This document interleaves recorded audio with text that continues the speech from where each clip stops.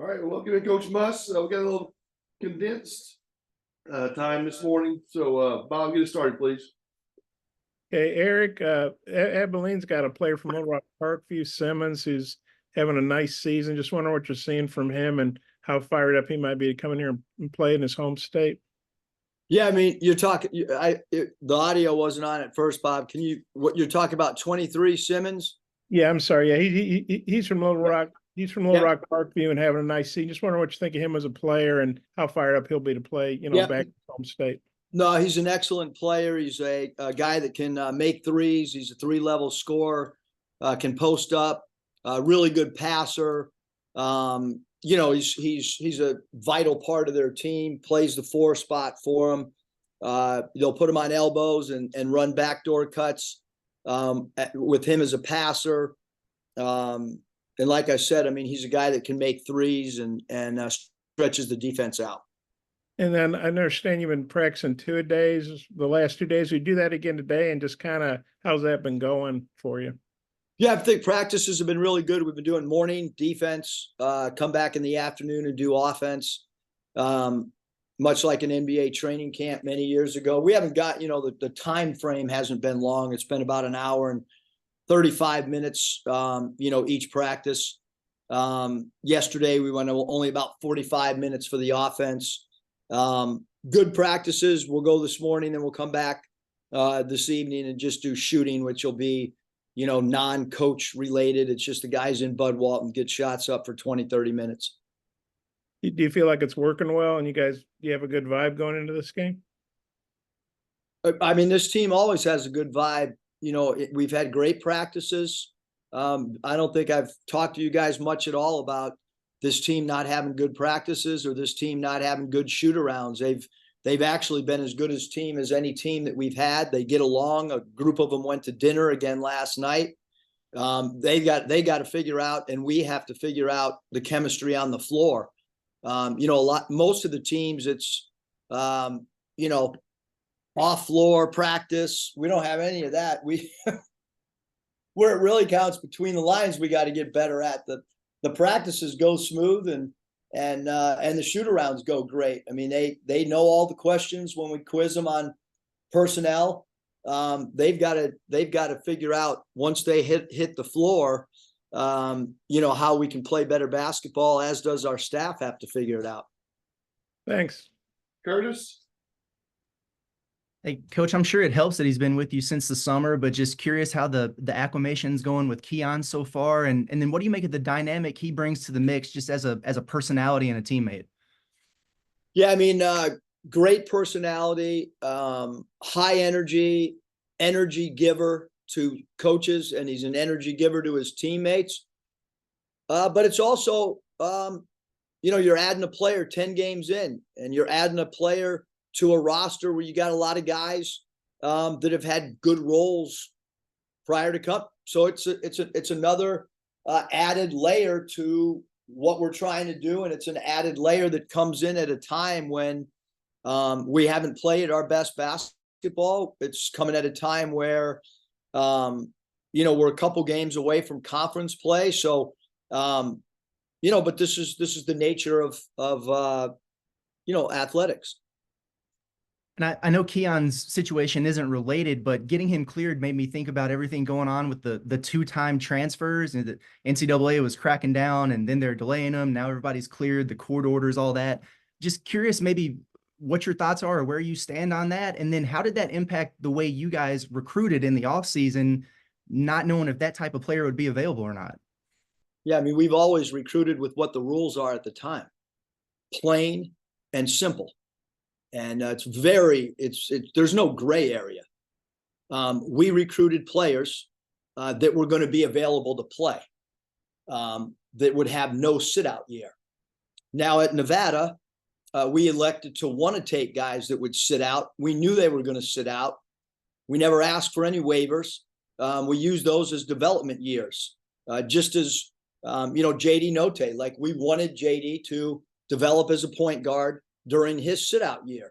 The student athlete knew it, and as did, the coaching staff. Having said that, I'm all for players having freedom just want to know what the rules are, when you're during recruiting cycles. But I think it's great guys can play. I mean, that's, you come from a world of, I've not been in college basketball that long compared to many of my, other coaches.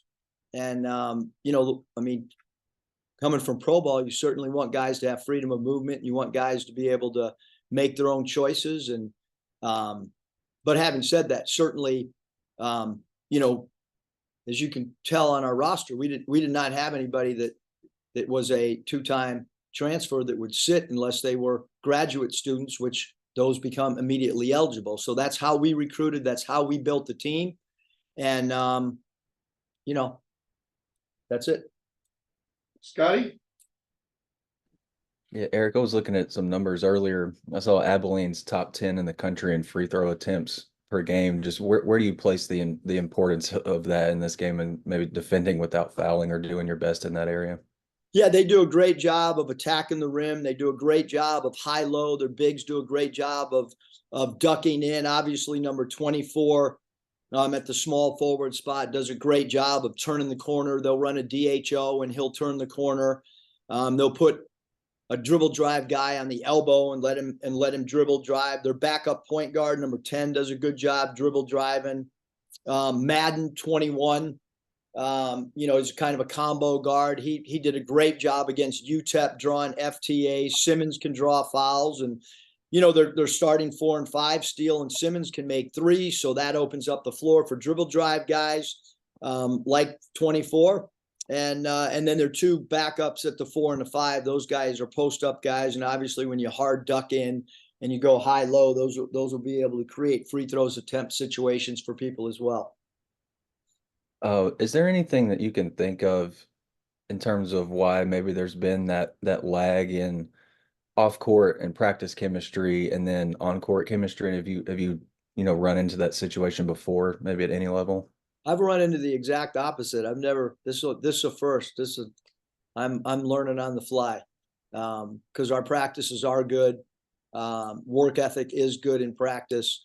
We just got to carry over what we do, behind closed doors onto the floor. And it can also just be we look at the records of the teams that we have lost to. It's no excuse whatsoever. But Oklahoma is a top 12 team in the country. Memphis, look at the wins that Memphis has had. Look at North Carolina, where they've been national player of the year type player in the post. We have lost to 3 really good teams. Then you add in UNCG, they played well up until last night. And it happens every night. I mean, UCLA lost last night to Cal State Northridge. And Cal State Northridge played phenomenal basketball. I think you're seeing a changing of the way college basketball is right now.